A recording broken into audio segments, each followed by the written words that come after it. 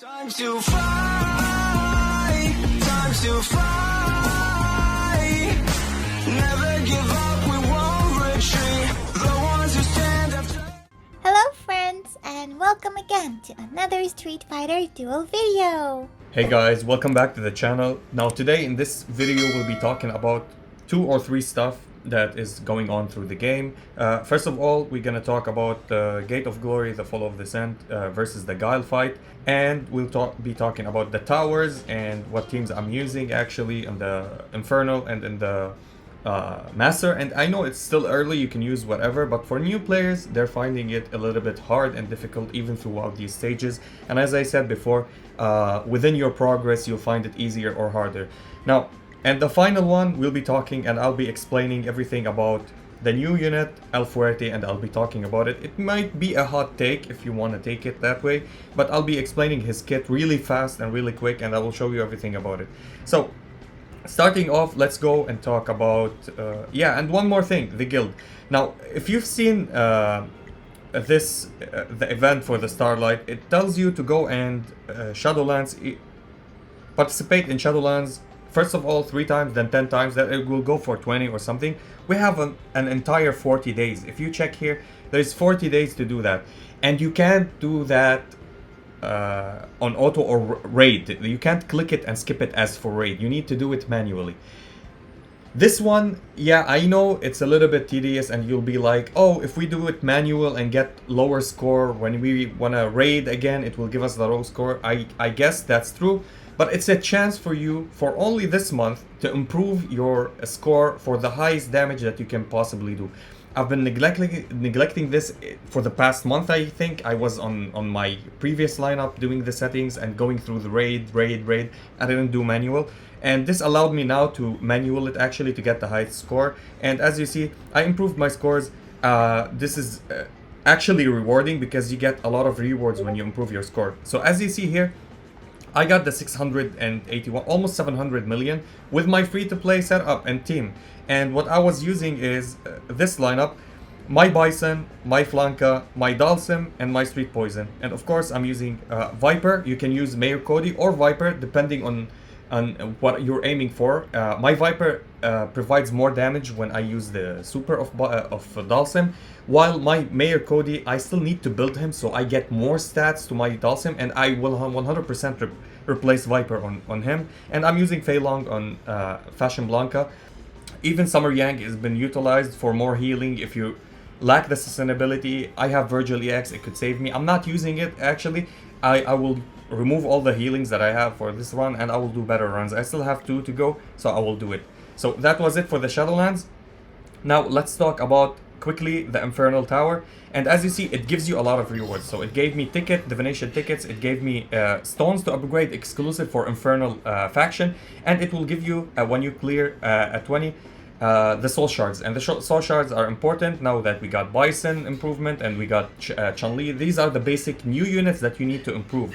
So let me show you my lineup that I've been rocking. So if you don't have Ken, that's okay, you can use E.Ryu if he's built for you. If you don't have E.Ryu, you can use Sagat, any unit that you have, but you need to make sure that you have a Super, C1, C2, and C3 on your lineup. And I have Jury, and Bison. Of course, you can replace Jury with any unit that you have, if you have Vega, if you have whatever you want.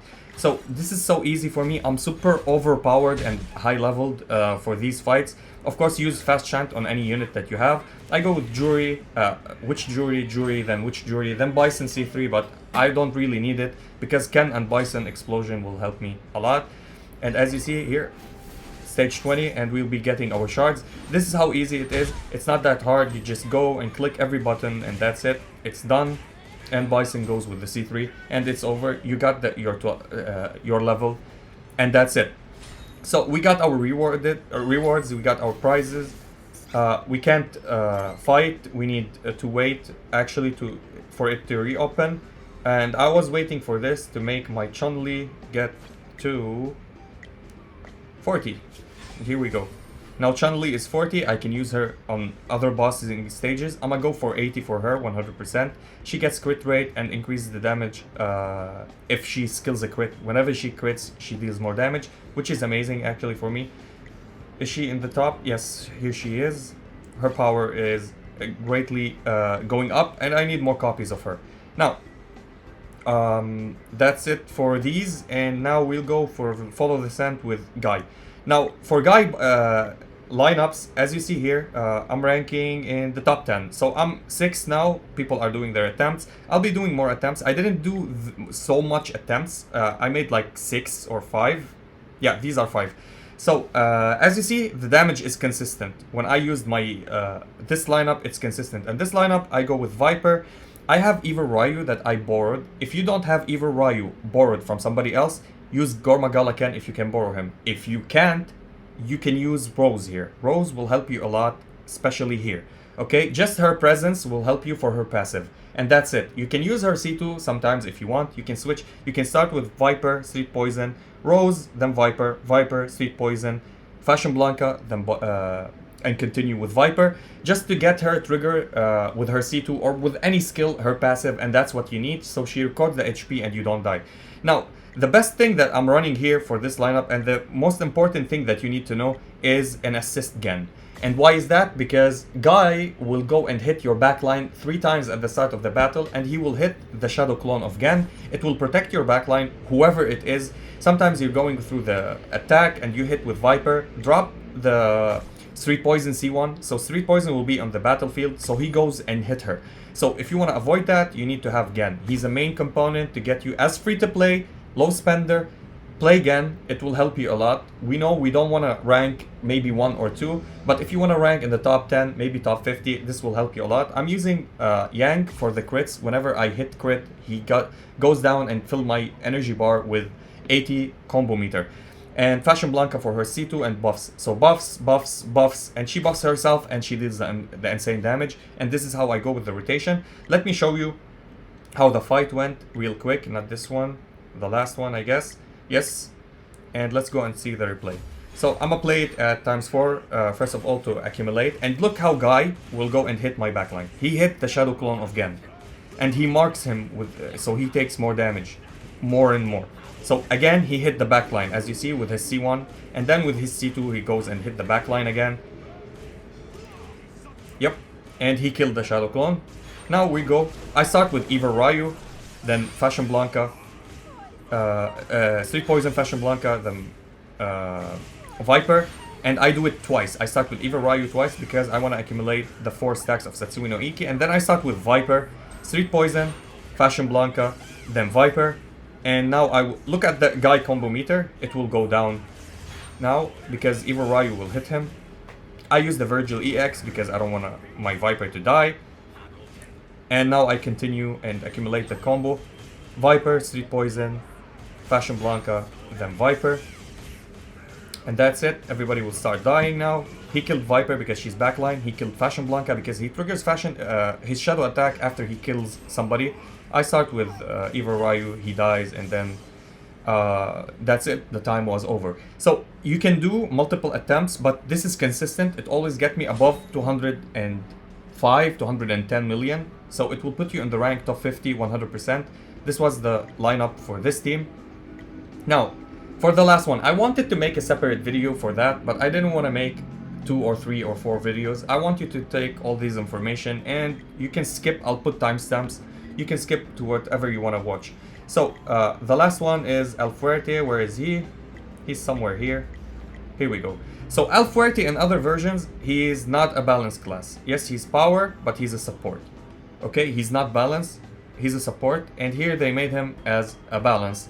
Maybe for the stats of the balance, what they gain when you upgrade with your tree with the Fate gems. But he's still a support, even if it says the balance. He's still a support character. He's not your main damage dealer. He doesn't deal insane damage. He adds a little bit of damage. Overall, I'll be talking. I will not pass my full judgment on him because I still didn't test him quite frankly. I didn't go and test him for his fullest. We'll talk about his skills real quick. So his super, unleash flurry kick 5 times for some attack, 415. Strike has 20% chance to inflict bleed. It goes to 30% and the damage increases. Of course, 30% chance multiplied by 5, so you have bigger chances and bleed will be inflicted, but how many stacks, we don't know. It's 1 per hit. So if you landed the 5 attacks, you will get 5 stacks, which is not likely, but it could happen. So his C1, it inflicts armor break.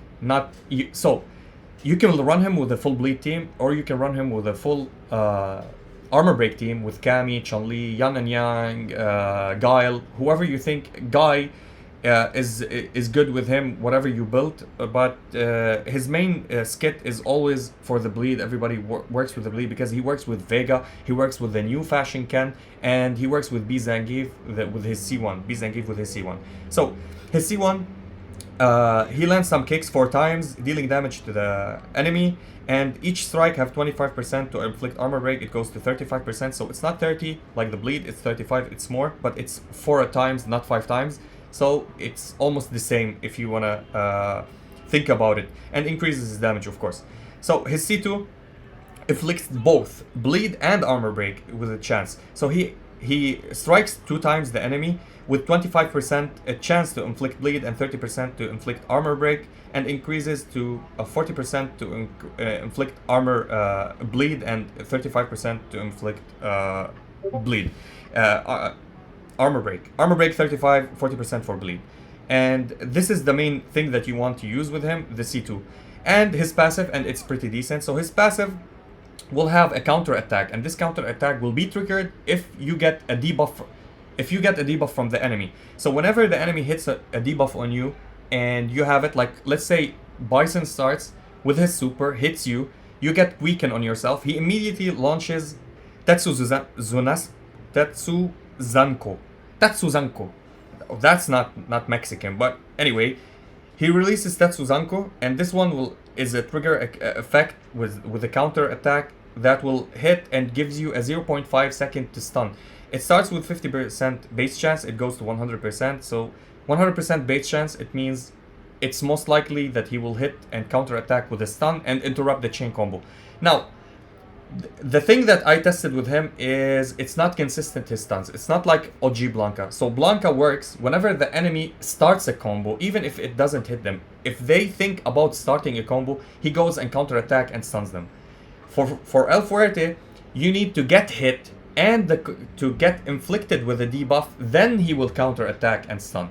So let's say it's against Bison and he uses his super. When he uses his super, by the end of his super, he inflicts the debuff. But if you counter attack with him and stun him, by the end of his attack, it doesn't matter because the C1 will be running from the other enemy unit. So it's not that viable. It could be used on a counter attack team. If somebody like Poison, you're facing Poison and she hits you with her super and you get silenced, the silence is considered a debuff. It doesn't silence the passive, it silences only the abilities. So he will go and hit the front line with his counter attack and stun them for 0.5. So if the front line is the one to start with the C1, then he will stun them and you will have a complete, correct interruption for the lineup that you're facing.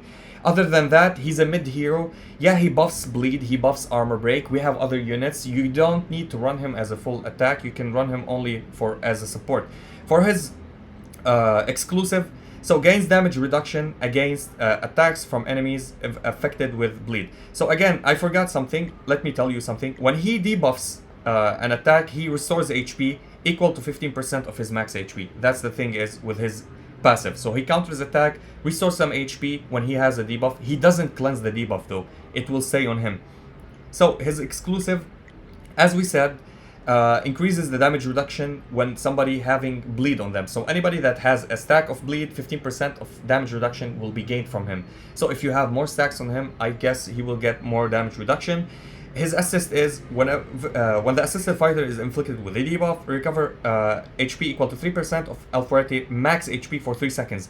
So every second he will gain, your assisted fighter will gain 3% HP. That's a total of 9% HP of El Fuerte's max HP. So if you want to use him as assist, stack him with HP gears and HP fighting souls. At plus 10, gains 15% damage bonus when attacking enemies with armor break. That's decent. When inflicting armor break on an enemy, also reduce their crit resistance by 8% for 15 seconds, stacks up for 3 times. So if you hit them and you inflict armor break on them, if you're plus 20 him, they will have low resistance rate, so you can resist and hit them with your main carry, and they will crit more. It's not the best in the world, but it works, it's good, it's an addition. His plus 30, which is, in my opinion, it's not that needed, but if you're running him fully with bleed team and you want to build him to that level, be my guest. When inflicting bleed on a target, also reduce crit rate by 8% for 15 seconds, stacks up to 3 times. Now, the enemies will crit less if they get bleed on his plus 30. And why I don't find this really good, because even if they don't crit on high levels when you're fighting them, they will kill you with their raw attack even if they don't crit. So I find it niche, I don't find it that much of good. And his cars, the Tetsu Zanko deals 50% more damage and gains 100% chance to inflict 1 bleed and 100% chance to inflict armor break on the target. So it's his passive. When he counters attack, the Hurricane Throw is is considered the Tetsu Zanko, and when he triggers it, he will inflict this 100%, and on 6+6 gain 30% damage bonus for 8 seconds after unleashing Guacamole Throw, which is his passive. If he inflicts his passive for 8 seconds, the interval for 8 seconds. So he gains a damage reduction 30% plus the 15% for every bleed, stack of bleed. So it gives him survivability, and he heals himself with his passive as well. So he can be survival. This is why he's a balanced class and not a support anymore in here. Yes, he got buffed massively from the Taiwanese and the Chinese version. He's better here. He was there. He wasn't meta there. He was used in niche places just for players who like them or love him. And that's it. He's not meta. He's not used anywhere actually there. And now you can use him with the bleed teams more and more because he got buffed here in this version that we have. And that was it for him. Now we're gonna do a couple of summons because I got something for jury. And as always, before the 50% wears off, I'm gonna always blow these summons. And here we go. Let's check what we're gonna have. So here we got a Flame faction card and a Thunder faction card with the gear that I want, which is good. I really like these summons for their value for the 50%. And here we got another gear for agility, and it's for Flame, and I got the 24 hours. Always happy to get these. And the last one, what are we gonna get? I'm not gonna spend diamonds, I'm gonna save for a little bit. And we got resources and a 24 hours. Every time I see AXP, I'm happy for that. And that was a successful summon. For me, that was a successful summon. Actually, I'm not after Jury anymore. She's +1 for me. That's amazing. I'm after the resources, and that's good. Yeah, and that's it for the video. If you enjoyed this video, please like and subscribe. If you didn't, we thank you for watching. And as always, stay frosty. Peace. Time to fight. Time to fight.